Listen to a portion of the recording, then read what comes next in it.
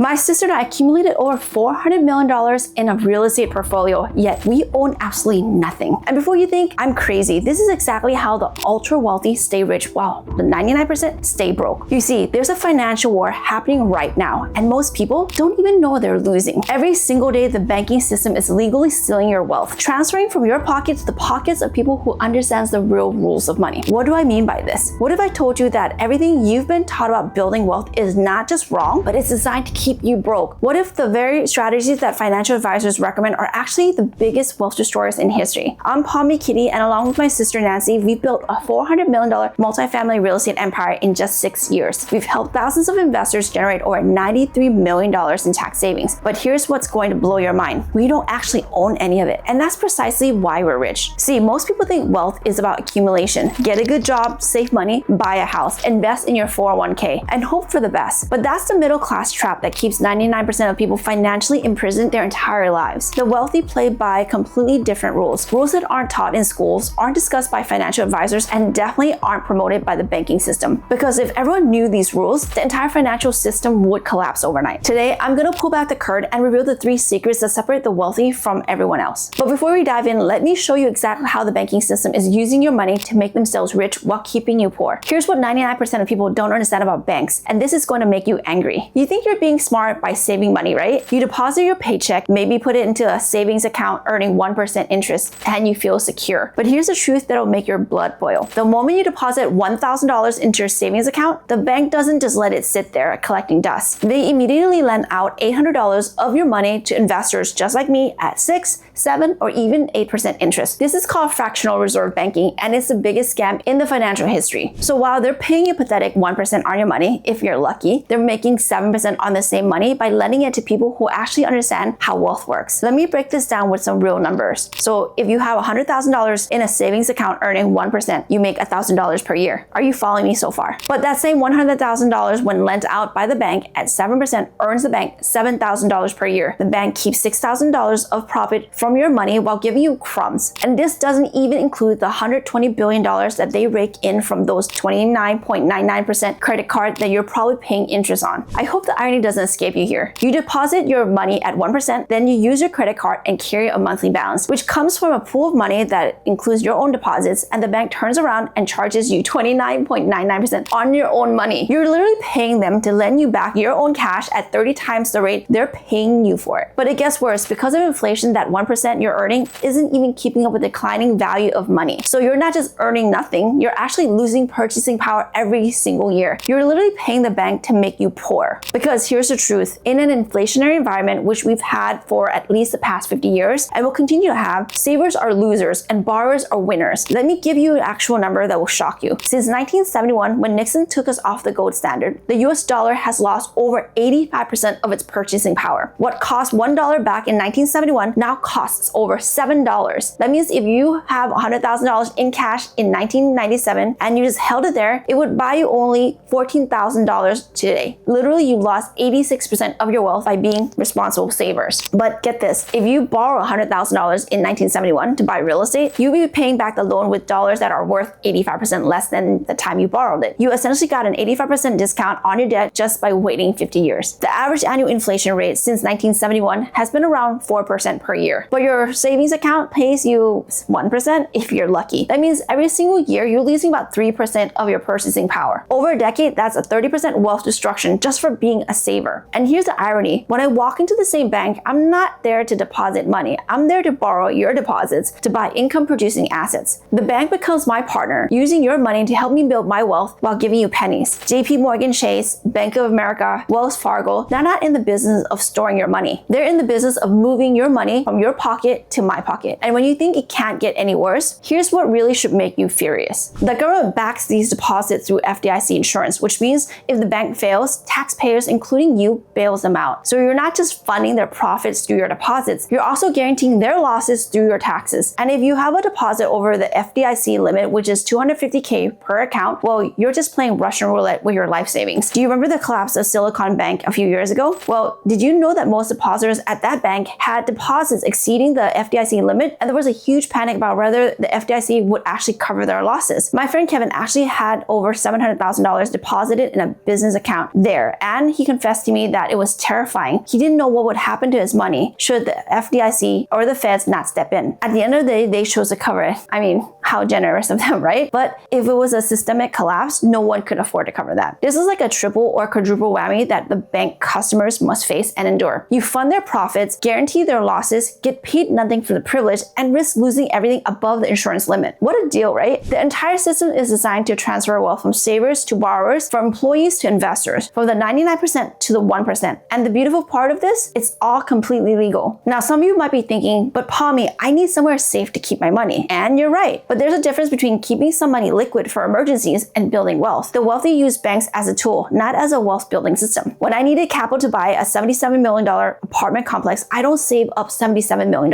I walk into the bank and say, hey, I found a cash flowing property. Want to be my partner? And because they understand that real estate produces income, they say yes. In fact, for that specific property, they gave us $44 million of depositors' money, and we put in $39.4 million of investors' money, and we split the profits. This is how the game is played. The wealthy don't save money, we move money. We don't store wealth, we deploy wealth. And we definitely don't let the bank use our money for free. But here's where most people get confused. They think debt is bad. They've been programmed to believe that owing money is dangerous, but that's exactly backwards. The wealthy understand that there are two types of debt: good debt and bad debt. Bad debt is consumer debt, credit cards, car loans, personal loans, debt that you use to buy things that go down in value and produces no income. That's financial suicide, and you should avoid it at all costs. But good debt used to buy assets that produces more income than debt costs, that's the foundation of wealth building. When I borrow money at 3.49% to buy an apartment complex that produces 20% in return per year, I'm making almost 17% profit on the bank's money. That's not risky, that's just genius. The banking system is designed to keep you on the wrong side of this equation. They want you to be a depositor earning 1% while they're lending your money to investors earning, again, 5, 6, 7%. They want you to take out consumer loans at 50% to buy cars and furnitures, while investors use business loans at 5% to buy income-producing assets. This is the fundamental difference between the wealthy and everyone else. The wealthy understands money is a tool, not a goal. We understand that cash flow is more important than net worth. And we understand that the banking system is designed to serve borrowers, not savers. So the first step to building real wealth is to stop thinking like a saver and start thinking like an investor. Stop asking, how can I save more money? And start asking, how can I deploy this money to produce more money? But how to deploy the money makes all the difference between financial legacy and financial ruins. This then leads us back to why the rich owns nothing. Now, let me tell you why I proudly say we own nothing and why this is the most powerful wealth strategy on earth. This is going to completely flip everything you think you knew about ownership. So when most people buy something, a house, a car, an investment property, they put it where? Their personal name. They think, this is mine, I own this, but this is the biggest financial mistake you can make, because the moment you personally own something valuable, you become a walking target. Let me give you a story that illustrates this perfectly. I have a friend who was driving his family to Disneyland. Seems innocent enough, right? Unfortunately, he ran a red light, hit someone, people were seriously injured, and his insurance policy covered the immediate medical expenses. But when the lawsuits started flying, the insurance wasn't nearly enough. You know what happens next? The attorney went after everything he personally owned: his house, his investments, his rental property, his business assets. Didn't care that he was a good guy who made an honest mistake. They saw a target with assets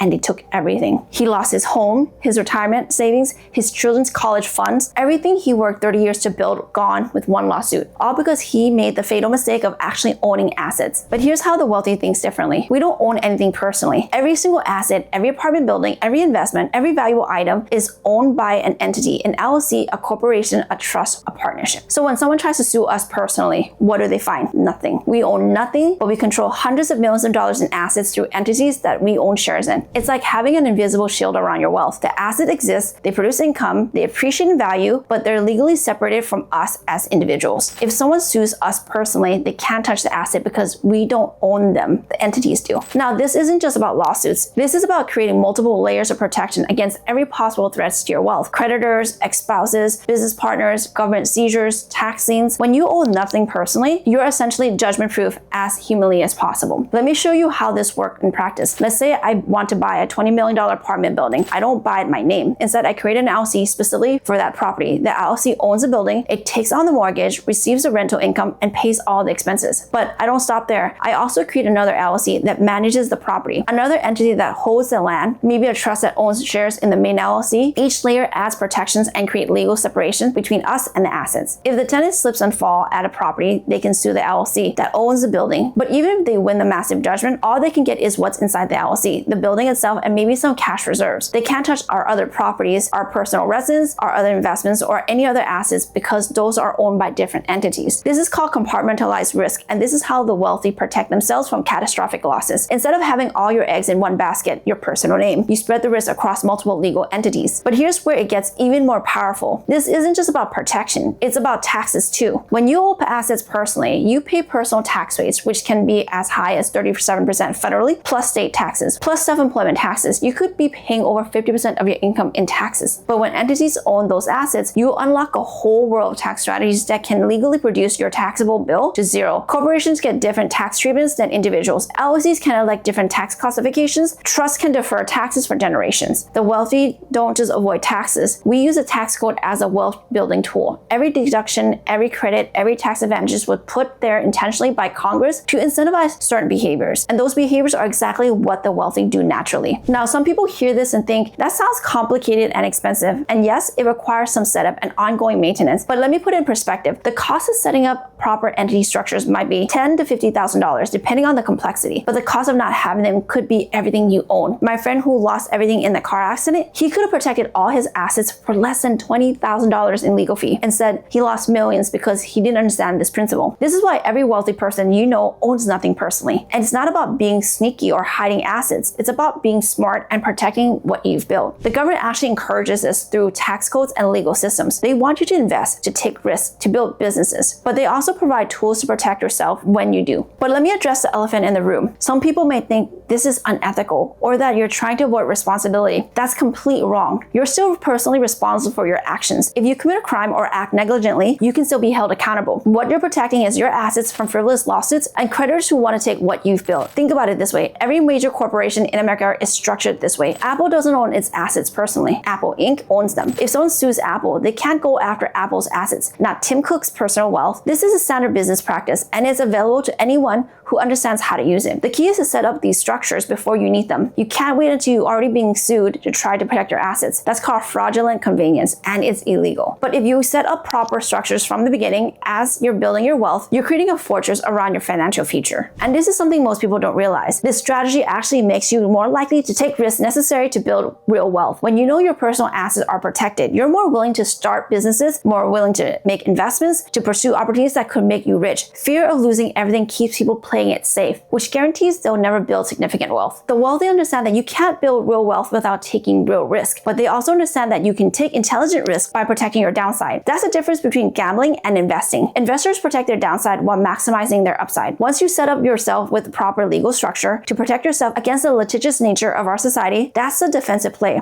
Now, it's time to go on the offensive with your money. And what I'll share with you next is what we consider the best asset class to do exactly that. Now, let me show you exactly the asset class that creates more millionaires than anything else right now, and why it's a perfect vehicle for this owning nothing strategy. Multifamily real estate apartment buildings are the ultimate wealth building machine. And I'm not talking about buying a duplex and hoping it goes up in value. I'm talking about buying commercial grade apartment complexes that houses hundreds of families and generate millions of dollars in revenue. Here's why this asset class is so powerful and why it's completely different from every other investment you've ever heard of. Remember earlier when I told you your money in the bank keeps losing value due to inflation? Well, your money in tangible income producing assets keep going up in value at the same rate or higher than inflation. Don't believe me? Go ask your parents how much they paid for the home that they lived in 20 or 30 years ago. Then go check on any real estate website and see what it's worth today. I guarantee you'll be shocked at the difference. That's the power of owning real estate instead of paper money. Here's an example that may be a flashback to some viewers. In 1985, actor Paul Reubens, best known as Pee Wee the Herman, purchased a mid-century modern home at Los Feliz, Hollywood area for $415,000. Nearly 4 decades later, in 2024, that same home was listed for $4.995 million and ultimately sold for $3.8 million, representing a more than 815% increase in value. This is an example of property values increasing over time. Now, why is multifamily the best asset class to create millionaires? First, let's talk about cash flow. Unlike stocks that just sits there hoping to go up, or bonds that pay tiny interest, or gold that produces no income whatsoever, apartment buildings produces massive monthly cash flow. Every month, hundreds of tenants pay rent that flows directly into your pocket. But here's what makes this different from other real estate. When you buy a single family multifamily rental, you have one tenant. If they move out, you have zero income until you find another tenant. But when you own a 200-unit apartment building and 10 tenants move out, you still have 190 paying tenants. That is 95% occupancy, which is actually a good standard. This makes it so that the income is diversified and predictable. So let me give you an example. Let's say we own a 265-unit multifamily apartment that generates $1.5 million in annual rent income. That's $125,000 per month in gross revenue. Even after all expenses, maintenance, management, insurance, taxes, we're still netting over $500,000 per year in cash flow. Now that might sound like a lot of money, but here's where it gets really interesting. We didn't buy this property with our own money. We used what's called leverage, borrowing the money from the bank to buy an income-producing asset, as we mentioned earlier. Remember, being on the right side of the financial system. In this example, we put down $5 million, we borrowed $15 million from the bank, so our total investment was $5 million, but we earned cash flow on a $20 million asset. That's a 10% cash on cash return on our investment capital. Beyond that, we're also getting other benefits I'm about to show you. Forced appreciation. This is the one time that forcing something is a good idea. So this is where multifamily real estate becomes like a money printing machine. Unlike stocks where you have no control over the prices or bonds where the value is fixed, with multifamily buildings, you can literally force value to increase. Here's how it works. When we buy a property, we immediately start what's called a value add program. We can either renovate units, upgrade amenities, improve management, and raise rents to market. Maybe a simple $5,000 renovation per unit may allow us to raise rent by $200 per month. Another way to add value is improving the property's operations. This can be done through hiring a better property management team that does a better job at creating income, reducing expenses, maybe negotiating better contract service terms. We've seen properties where the ownership team is mostly absent and expect the property management team to do all the heavy lifting. That's not going to work. It's like expecting the worker bees to run the show, not knowing that without the queen bee, the hive is completely lost. Now here's the magic. In commercial real estate, properties are valued based on the income, not comparable sales like residential real estate. There's a formula called the capitalization rate or cap rate that determines value. And here's the formula. Value equals net operating income divided by cap rate. So if we increase the net income of a property by $200,000 per year through rent increases, reduction in expenses, and the cap rate remains the same, let's say it's 5%. We've just increased the property's value by $4 million.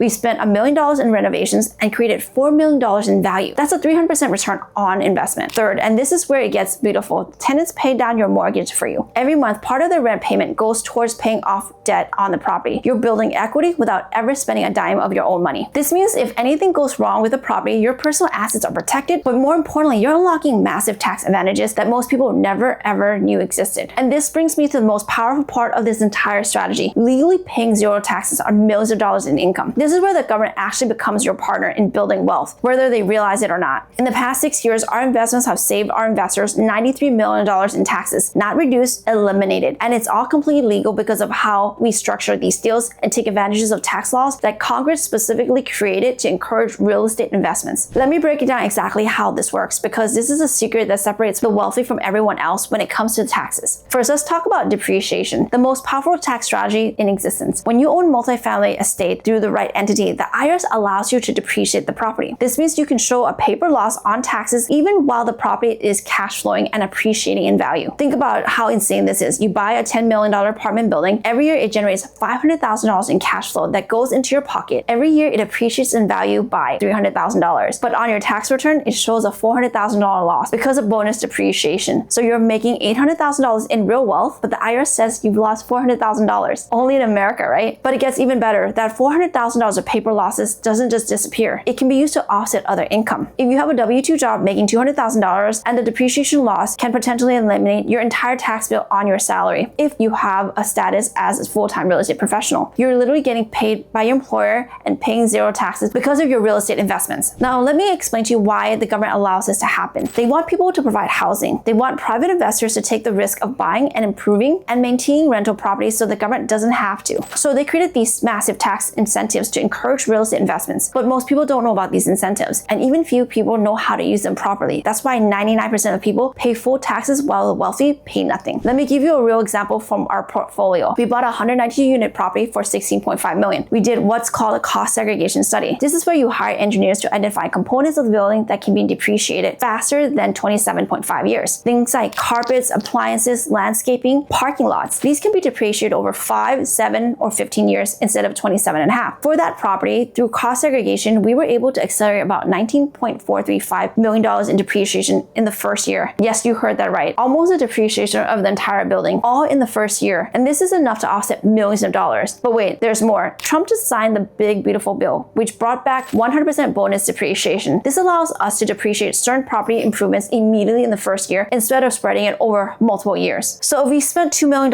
renovating the property, new kitchens, new flooring, new HVAC systems, we can deduct the entire $2 million in year one. Combine that with cost segregation, we might save $10 million in year one deductions on the property that's actually making money and going up in value. Now, people may hear this and think, but what happens when you sell the property? Don't you have to pay back all that depreciation? And the answer is sort of. In fact, there's a recapture cap at 26.5% if you sell. But the wealthy never sells. They do something called 1031 exchange. A 1031 exchange allows you to sell a property and roll all the proceeds into a bigger one without paying any taxes. You can defer taxes indefinitely as long as you keep trading up to larger properties. This is how a wealthy family builds generational wealth. They never trigger taxable events. Let me show how this works in practice. You buy a $5 million property, depreciate it for 10 years, then sell it for $8 million.